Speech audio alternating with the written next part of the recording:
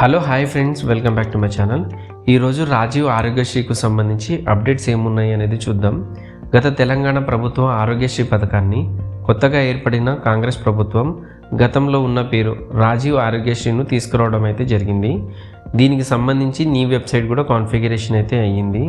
Same Ayushman Bharat ప్రధానమంత్రి జన ఆరోగ్య యోజన కిందనే ఉన్నది, పేరు మాత్రం మారింది రాజీవ్ ఆరోగ్యశ్రీగా.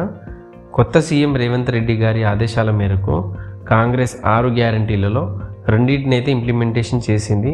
ఒకటి మహిళలకు ఉచిత బస్ మరియు చేయుత క్రింద రాజీవ్ ఆరోగ్యశ్రీ సేవల పరిమితిని 10 లక్షల రూపాయలకైతే పెంచడం జరిగింది. ఈ పరిమితి పెంచిన నేపథ్యంలో కొత్త కార్డులు మంజూరయ్యే అవకాశం అయితే ఉంది.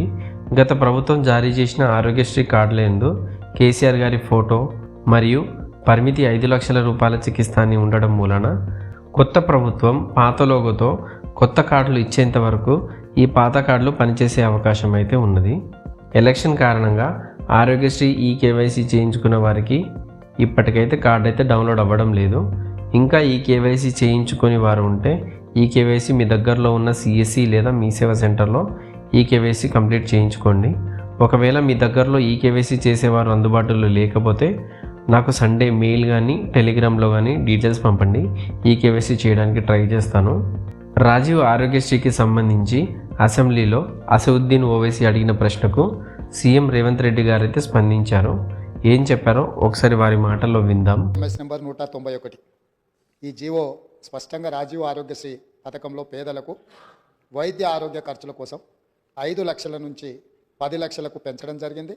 ఈ 10 లక్షల క్లెయిమ్ చేయడం అనేది ఎవరైనా బాధితులు లేకపోతే వాళ్ళు ఏం క్లెయిమ్ చేసుకుంటున్నారో వాటికి సంబంధించిన ఎవరైనా రాజీవ్ ఆరోగ్యశ్రీ పథకంలో భాగంగా ఇందులో ఎంపానల్మెంట్లో ఉన్న హాస్పిటల్స్ ఎవరైనా హాస్పిటల్లో చేర్చుకోకపోయినా 10 లక్షల వరకు వాళ్లకు ఆరోగ్యశ్రీ ఈ కవరేజ్ ఇవ్వకపోయినా ప్రభుత్వం దృష్టికి తీసుకొస్తే తప్పకుండా ఆయా ఆసుపత్రుల మీద ఈ రాష్ట్ర ప్రభుత్వం కఠినమైన చర్యలు తీసుకుంటుంది.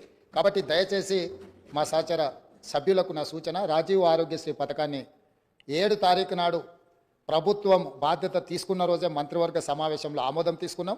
8 తారీఖు రోజు జీఓఎంఎస్ నెంబర్ 191 ఆల్రెడీ 5 లక్షల నుంచి 10 లక్షలకు పెంచుతూ విధానపరమైన నిర్ణయం తీసుకొని జీవో ఇవ్వడం జరిగింది. కాబట్టి మీ ద్వారా సభ్యులందరికీ 119 మంది సభ్యులకు తెలంగాణ రాష్ట్ర ప్రజలందరికీ కూడా ఈ వివరాలను తెలియజేస్తున్న అధ్యక్ష. ధన్యవాదాలు.